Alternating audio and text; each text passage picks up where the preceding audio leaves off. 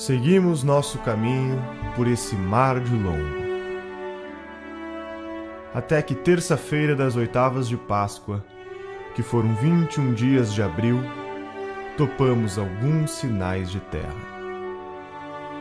O capitão pôs o nome de A Terra de Vera Cruz. E dali avistamos homens que andavam pela praia, uns 7 ou 8. A feição deles era serem tanto avermelhados, de bons rostos e narizes bem feitos. Seus corpos são tão formosos que não pode ser mais. Eles não lavram nem criam. Nem há aqui boi ou vaca, cabra, ovelha ou galinha, ou qualquer outro animal que esteja acostumado a viver do homem. Enquanto ali andavam, dançaram e bailaram, sempre com os nossos, ao som de um tamboril nosso, como se fossem mais amigos nossos do que nós, seus. Até agora, não podemos saber se há ouro ou prata, ou outra coisa de metal ou ferro. Águas são muitas, infinitas, e desta maneira dou aqui a vossa alteza conto do que nessa vossa terra vi. Deste porto seguro, da vossa ilha de Vera Cruz, hoje, sexta-feira, 1º dia de maio de 1500, Pero Vaz de Caminha.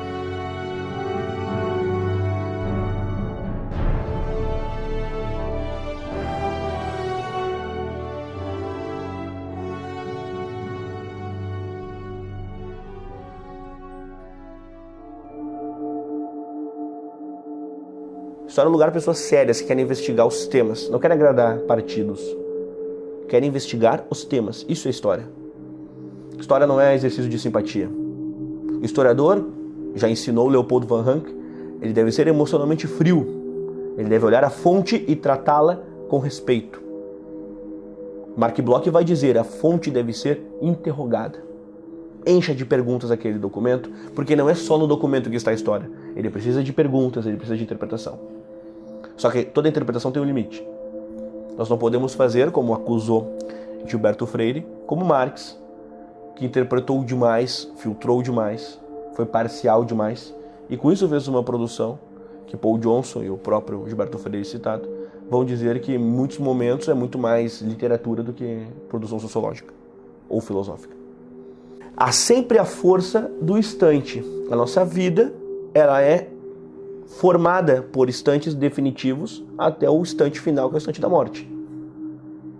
E no Brasil, os instantes políticos, os grandes instantes políticos, eles são discutidos de modo muito escasso e, na maior parte das vezes, para garantir interesses interpretativos e não um interesse genuíno com as fontes de investigação, de leitura do passado. Não é para construir um novo Brasil, construir uma história de um Brasil perfeito. Não, mas é para discutir a história do Brasil tal qual ela foi. A gente pode pensar assim, além da gente se conhecer nos detalhes, é melhor para isso, melhor para aquilo, não funciona bem nisso, o clima é tal, até o clima influencia na gente, é importante pensar nos valores universais, sim. Na conversa com os homens de todos os tempos e de todos os lugares. Afinal, existem muito mais pessoas mortas do que vivas. Então, a gente aprender com a humanidade é ouvir os mortos. São estes momentos que formam a nacionalidade. O que é o senso da nacionalidade? É a memória dos grandes feitos realizados em comum, onde todo o povo sente que está participando. É isso que é, vamos dizer, a identidade nacional. Agora, o nacionalismo brasileiro é assim, sempre foi um nacionalismo, primeiro, geográfico e não histórico. Hegel já dizia, a América Latina não tem história, só tem geografia. Então é um nacionalismo idiota, feito de orgulho do território, como se nós tivéssemos feito o território. As nossas matas, o ouro, os minerais, o petróleo é nosso, a Amazônia é nossa. Quer dizer, é um negócio geográfico. Em segundo lugar, é um nacionalismo ressentido, que não é um nacionalismo, é um anti-americanismo apenas. Então, nós não temos, pelo menos no século XX, não temos uma verdadeira cultura nacionalista que teria que ser feita em torno dos valores nacionais efetivos, condensados nesses momentos em que o povo fez o seu próprio destino. Por que o Brasil é o país do futebol? Porque a gente não para de recordar a história do futebol. A gente está sempre lembrando das Copas, sobretudo a Copa de 70 com Pelé, a gente lembra dos outros, e sempre os nomes circulam, os nomes deles, né? Eu sou de Santos, em Santos tem estátua do Pelé, lá perto da minha casa. Como a gente lembra da história do futebol, cada um torce para um clube, você torce para um time. Você vai memorizar o título dele, o que ele fez no ano tal, quem foram os grandes jogadores. É assim que faz, você vai ter orgulho disso. Não é? Você vai ter que querer o quê? Manter um padrão de antigamente. Não, nós já fomos campeões disso. Te dá um orgulho, uma autoestima, você quer manter aquele padrão. Cadê? O da inteligência, o da moral, o da política, o do heroísmo, o da guerra. Assumiram com todos. Tem o que? O Olga Benário. Fazem filme de Olga Benário.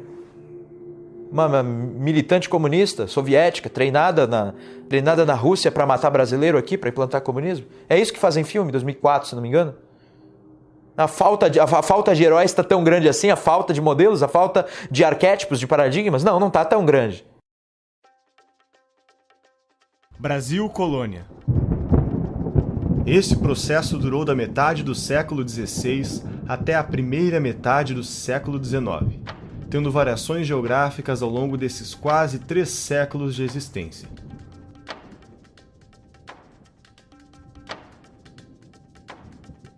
Durante esse período, nunca o Brasil teve o título ou designação oficial de colônia. Durante o processo de colonização, o Brasil teve apenas 2 designações oficiais: Estado do Brasil e Reino do Brasil. Por que o termo Brasil Colônia é utilizado até hoje com uma conotação de mera exploração? Se o Brasil foi uma colônia, por que ela era mais rica do que os Estados Unidos em seu período colonial? A quem devemos o legado de fundador do Brasil? Qual era o plano? O que deu errado? Entrando nessa ideia do Brasil colonial, abarcando o Brasil colonial, é fundamental, antes de discutirmos se o Brasil foi ou não uma colônia, analisarmos algumas coisas no seu sentido mais pluralizado. Exemplo, índios e não índio. Pegar, por exemplo, um Guarani, um Tupinambá e um Tupi é falar de índios diferentes. Ou seja, há um conjunto cosmológico singular em cada uma dessas culturas. Chega o elemento português aqui. O elemento português apresenta objetos de área comum. Uma fé, uma forma de organização de espaço urbano, apresenta conceitos que hoje nós já nascemos com eles prontos e que nós sabemos o valor que eles têm. Exemplo, vida privada, cotidiano. E eles vão apresentando esses elementos e vão dando uma cara de unidade. E essa cara de unidade, essa consolidação, é que vai possibilitar uma discussão se o Brasil foi ou não uma colônia. Já que nós vamos encontrar um processo civilizatório ocorrendo no Brasil. E não apenas uma colônia per si, em que a exploração ocorre. O pessoal às vezes fala sobre a extração do ouro e reclama do tempo em que você pagava 1/5 do ouro explorado para a coroa portuguesa. Quem dera se hoje eu pudesse pagar 1/5 de impostos. Não é verdade? Eu pago muito mais e não pago por uma coroa e não recebo em volta. Se o Brasil era uma colônia, por que éramos uma colônia mais rica, por exemplo, do que os Estados Unidos na sua fase colonial? Quais são os méritos do processo português no Brasil, já que nós tantas vezes não os discutimos e nós não vemos esse tipo de discussão? Quais são esses méritos? E por que a história do Brasil é explicada sempre a partir apenas dos ciclos econômicos? Então, se a ideia é falar de um Brasil português, ela pelo menos me soa sempre melhor. A história do Brasil é riquíssima, né? Nós normalmente perdemos de vista, infelizmente, a substância da forma como, vamos dizer assim, o elemento essencial de como a educação no Brasil ela foi, vamos dizer, praticada desde o período da fundação do Brasil. Quer dizer, o período colonial foi um período em que, claro, nós não tivemos uma pulverização da educação, os processos pedagógicos, eles ainda eram muito restritos, né, a certos nichos, a certos grupos, mas nesses grupos, nesses nichos, nós tínhamos ali verdadeira educação. E é difícil discutir esses temas. Por quê? Porque ainda há, no nosso tempo, uma imagem muito ruim construída sobre as mais variadas justificativas de nossa tradição.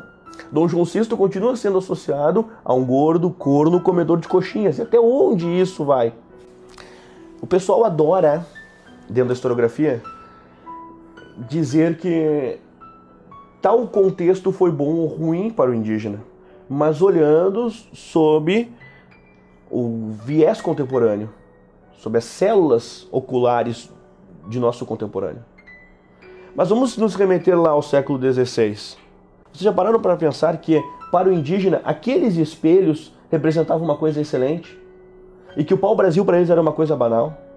E de que, nesse sentido, eles escolheram aquilo. Eles também tinham uma autonomia humana.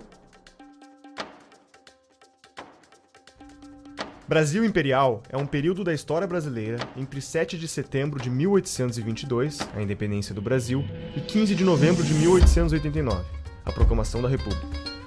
Neste período, o Brasil foi governado por dois monarcas, Dom Pedro I e Dom Pedro II.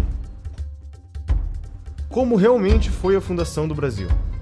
Durante esse processo, muita coisa aconteceu. Uma versão da história é conhecida, a outra, nem tanto. A questão do José Bonifácio apareceu para mim, sobretudo quando eu estava querendo saber a respeito da nossa fundação, quem era o nosso fundador. Aqui no Brasil, nós tínhamos aquela ideia de que um português da família real, montado num jumento, na verdade era uma mula, né? Numa mula, com caganeira, gritou independência ou morte.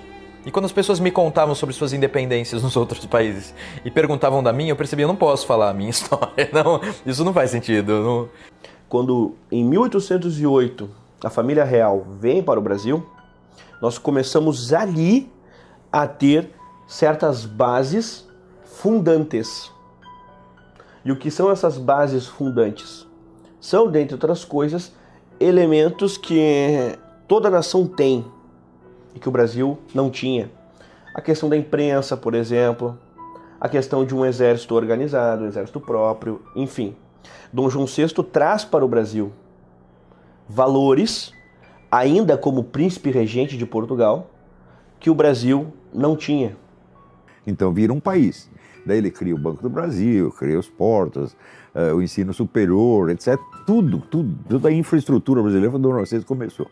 Embora eu não concorde com a tese de que a família real era inculta, não concordo com nada disso. A biblioteca transportada por Dom João VI foi imensa.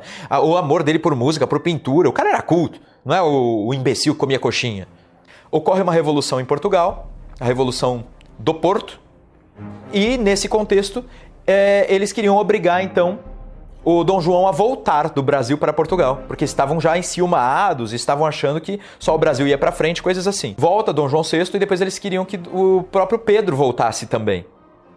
E aí que o José Bonifácio diz não, ele acha que se o Dom Pedro voltar, o Brasil, ele não tinha essa comunicação de hoje, nem estradas, nem internet, nem correios.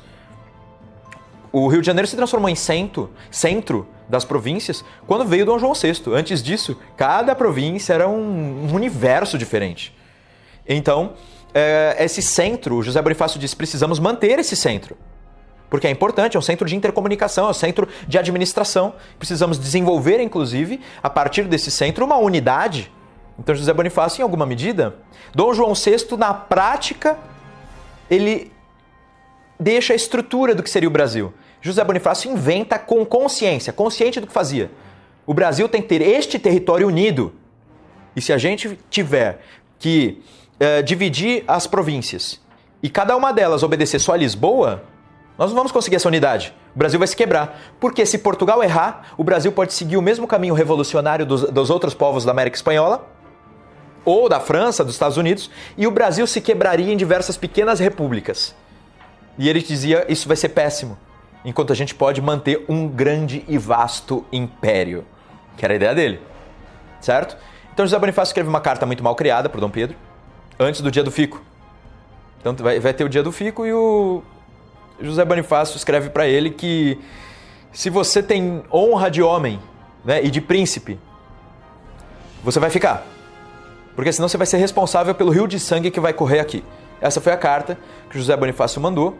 O José Bonifácio, dias depois, é chamado para integrar o ministério. Então Dom Pedro I deu muito valor. Não era Dom Pedro I ainda, né? É príncipe regente. Mas Dom Pedro deu muito valor a José Bonifácio. José Bonifácio integra o ministério. A partir daí ele manda Dom Pedro viajar pelas províncias. A ideia era viaje de província por província, porque o brasileiro tem esse valor ao símbolo do imperador, do rei. É que o José Bonifácio que cria o termo império, ele muda isso. O Portugal estava acostumado a falar em rei e reino. Então ele fala, para a gente fundar esse império, eu preciso da unidade. Para fixar a unidade eu preciso de um centro de força e união. O centro é o Rio de Janeiro e a pessoa que simboliza esse centro é Pedro. Pedro, viaje para as províncias e conquiste o povo. Pedro era carismático. Coloca o Dom Pedro como, digamos, o símbolo de união. Foi o José Bonifácio. E como é que eu tenho certeza disso? Porque ele fundou uma sociedade paramaçônica para enfrentar a maçonaria. Ele sabia muito de sociedade secreta. Ele fundou uma sociedade secreta chamada a Nobre Ordem dos Cavaleiros da Santa Cruz. Santa Cruz, um dos nomes antigos do Brasil. Na sociedade secreta dele tinha uma das lojas, né, que ele não chamava de loja, chamava de palestra, chamava-se Independência ou Morte. Muito antes do grito. Ele inventou o termo. Ele coloca Dom Pedro de Arconte-Rei, que era o cargo mais alto, que é quase o imperador. E ele, logo em seguida, que quando o Brasil, primeiro império, Dom Pedro I, qual é o primeiro-ministro? José Bonifácio. Toda a estrutura ele criou na sociedade secreta dele. Enquanto estavam discutindo se ia ser república, se ia manter o príncipe dele, já tinha montado tudo. E aí, por isso que ele é o fundador do Brasil, tá entendendo? O que é o projeto antigo que herda desde Dom Henrique, que era o príncipe das grandes navegações, dos Joões anteriores a Dom João VI, tudo. O que ele faz? Não, Portugal, o grande império, o ideal de grande império, o ideal de civilização cristã, certo? O ideal de ser maior que os gregos, que é o ideal de Camões. Ele diz Portugal superou os gregos. Aquilo que cantavam os gregos fica pequeno se a gente fala das grandes navegações de Portugal. Esse é o ideal. José Bonifácio traz para o Brasil. Então vamos defender, Cavaleiros da Santa Cruz. Vamos defender essa coisa gigante. O último discurso dele em Portugal foi que terras para o grande e vasto império, para a gente fazer uma nova civilização. Onde a gente tenha o assento com 2 S, claro, a gente tenha o assento para as ciências, as letras e as artes. A gente até fica emocionado de pensar no que o Brasil se transformou, tendo uma fundação, um fundador desse e um ideal de fundação desse. O Brasil era isso tudo.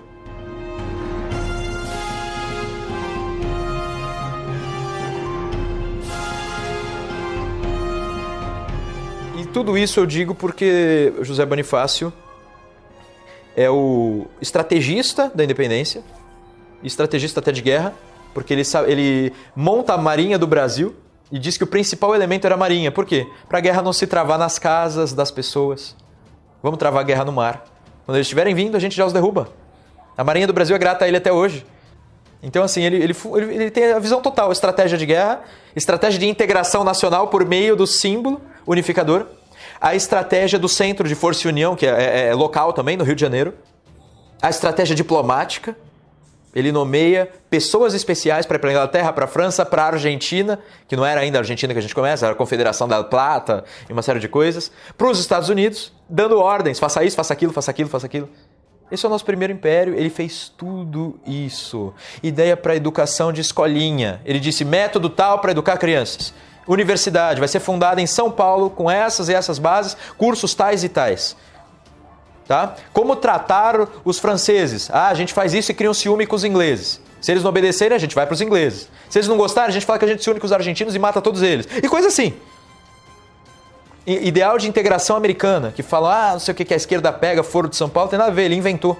Com outros objetivos, com outras funções, com aproveitamento evidentemente comercial, mas sobretudo de autodefesa. Não vamos deixar a Europa mandar aqui. Brasil República. A República no Brasil surge principalmente a partir de 3 questões. A primeira está relacionada à forma com que o abolicionismo foi feito. Naquela época, os escravos eram tidos como propriedade. e, como toda propriedade, tinha um valor de mercado. O abolicionismo foi feito de tal forma que os proprietários não receberam nenhum ressarcimento para abrirem mão de seus escravos. Isso fez com que o império perdesse o apoio dessa classe.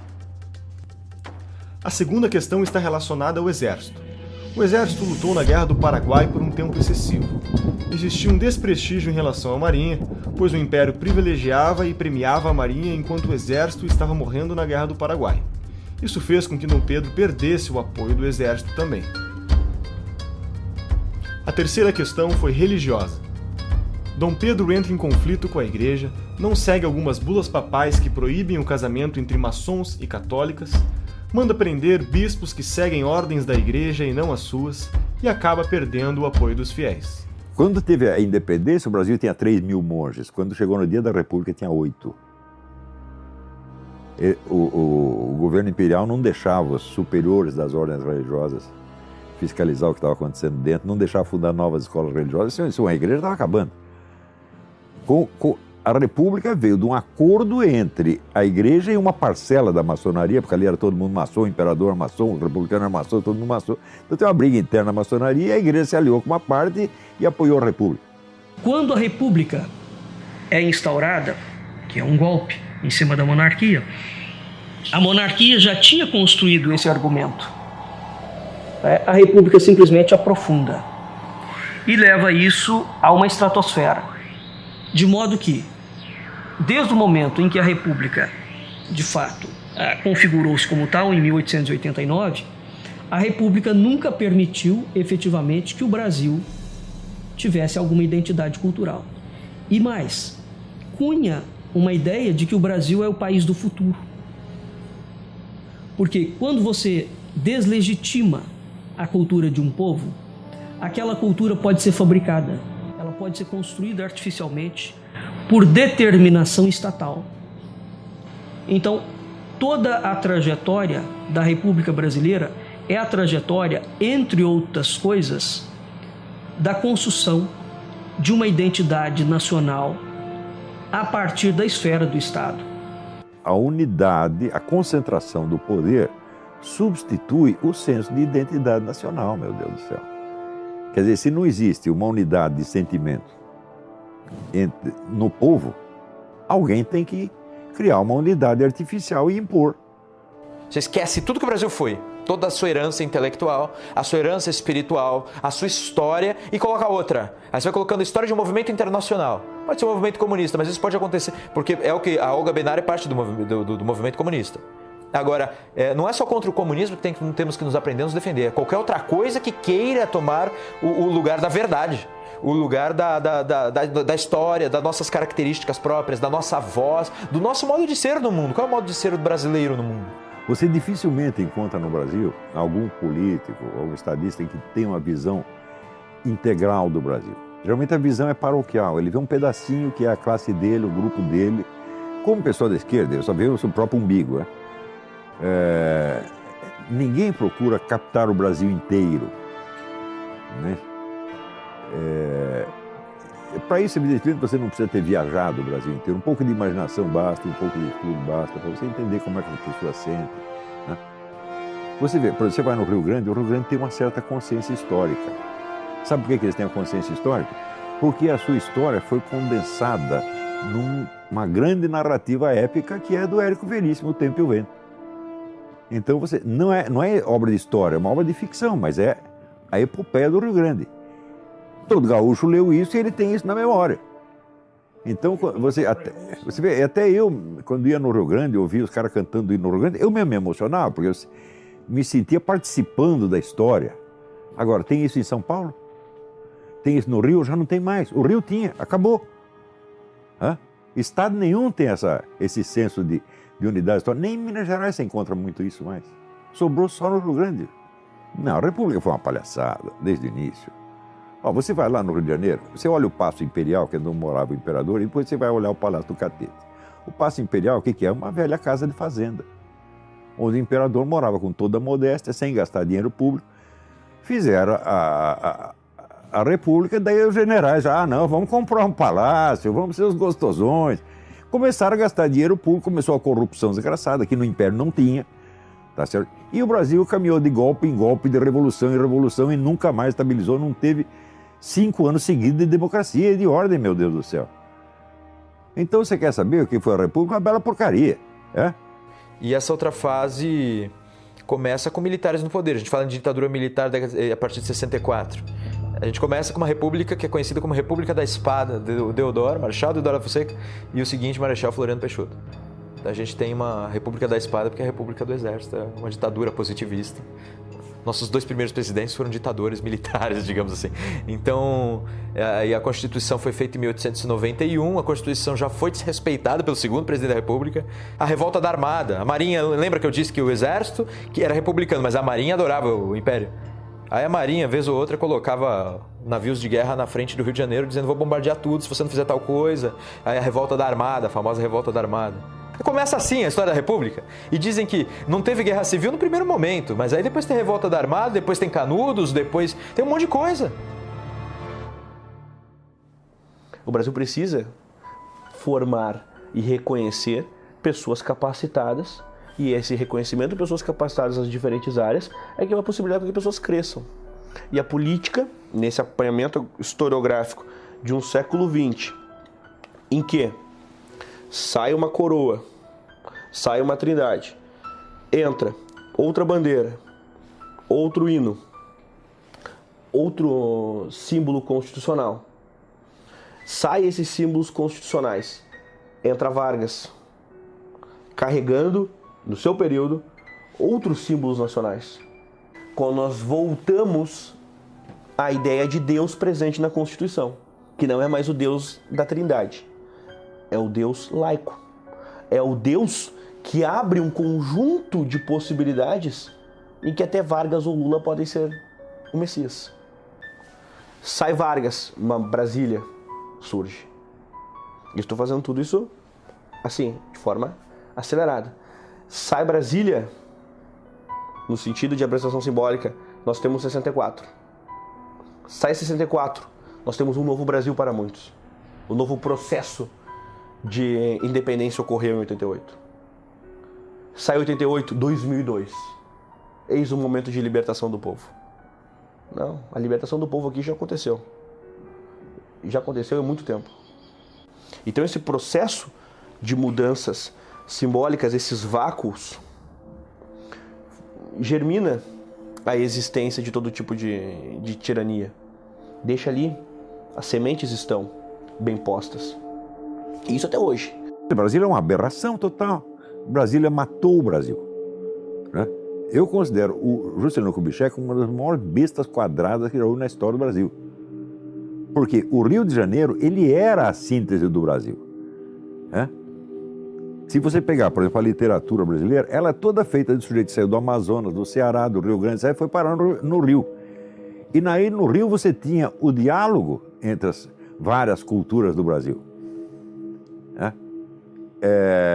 Agora mudou para Brasília, criaram lá um tipo de arquitetura que torna uma manifestação popular quase impossível, porque está longe e os edifícios são dispostos de tal maneira que o povo não tem sequer acesso. Vocês viram isso em março de 2015, não é isso? Agora, se o governo estivesse no Palácio do Catete, ele caía em 24 horas. Tá entendendo? Então criaram uma capital para ser uma ditadura. Existe um livro feito por 2 arquitetos soviéticos, cujo nome não me ocorre agora, são 2 nomes complicados, que chama Cidade Comunista Ideal. É o modelo de Brasília. E foi isso que eles fizeram lá. Quer dizer, você chama um negro comunista para fazer a capital do país. Ele vai fazer o quê? Uma arquitetura comunista, evidentemente. É um falso símbolo nacional. Brasília não condensa nada da nacionalidade. Você vê ali algum sinal da velha arquitetura brasileira? O grande arquiteto que condensa a arte da arquitetura brasileira é o Zanini, não o Niemeyer. O Zanini trabalha com material nacional, aliás, só lida com matérias-primas do local, tá certo? Então, quer dizer, este é o arquiteto que personifica o Brasil. Claro, existem outros, evidentemente, né? Eu gosto muito do Marcos de Vasconcelos, tem vários arquitetos notáveis, mas o Niemeyer não é um deles, né? A arquitetura de Niemeyer, como a do tal do Vila Nova Artigas, arquitetura comunista, tá certo? Agora, a arquitetura comunista é a arquitetura para um governo centralizador. Agora, quem está no governo? Não precisa ser os comunistas. Foram os militares que ocupam. Eles fizeram a capital e deram para os militares. E daí veio uma ditadura falando, mas vocês fizeram a capital para ser uma capital da ditadura, virou uma ditadura, pô. Regime militar. Esse período durou de 1964 a 1985, época marcada pelos atos institucionais e pelos 5 governos militares. Governo Castelo Branco, Governo Costa e Silva, Governo Emílio Médici, Governo Geisel e Governo Figueiredo. A saída do João Goulart foi precedido também de várias ações. As mulheres nas ruas, em marcha, a Igreja Católica, os padres pregando abertamente que Deus orasse pelo Brasil, Deus abrisse seus olhos para o Brasil e tirasse o governo ali. Toda a mídia, exceto o jornal Última Hora, a OAB, a questão dos empresários também. Por que os empresários? Eles não queriam suas empresas estatizadas. Os produtores rurais. Por que os produtores rurais? Porque eles não queriam ter as suas propriedades confiscadas. Então está todo mundo interessado. Os padres, né, a Igreja Católica, porque nos comunismos não tem religião. Muito pelo contrário, os religiosos são perseguidos. Como Fidel Castro perseguiu os religiosos da raiz, da matriz africana. Ninguém mais aguentava o governo João Goulart, que estava realmente desmantelando o país. Então, fizeram o que foi até então a maior manifestação popular da história e derrubaram o governo com a promessa de fazer novas eleições em 6 meses. Depois de 6 meses, decidiram que era melhor ficar por lá mesmo. E ficaram 20 anos, meu Deus do céu. O que se espera que aconteça? Que eles saiam de lá com grande popularidade? Até que saíram, tiveram popularidade até o governo Médici. O presidente Médici, do qual se fala tão mal, ele, na última semana de governo, ele tinha 82% de popularidade. Depois, com o Geisel e Figueiredo, a coisa foi caindo. Quando eles saíram, não tinha popularidade nenhuma. Está todo mundo por aqui com eles. E olha, tem um ditado que diz que o hóspede não deve ficar na casa mais de 3 dias, porque no 4º dia já começa a encher a paciência. Os militares cometeram esse grande erro, disseram, não, nós vamos ali resolver o problema e vamos para casa. Ficaram lá 20 anos, meu Deus do céu. Aquilo poderia ter marcado a nossa história para sempre. Bastava que eles cumprissem o que prometeram ao povo. O Brasil tem um risco. O que é o risco Brasil? Nós temos uma Constituição extremamente interventora, extremamente forte, em que o Estado manda sempre e manda em tudo. Se elegermos um socialista ou um comunista em cima dessa Constituição, você tem facilmente um Estado totalitário. Porque juridicamente ele já tem o poder para criar o Estado totalitário. Ele não tem bloqueio nenhum, ele não tem limite nenhum. Ele tem um Estado quase que ilimitado, que ele pode brincar com isso.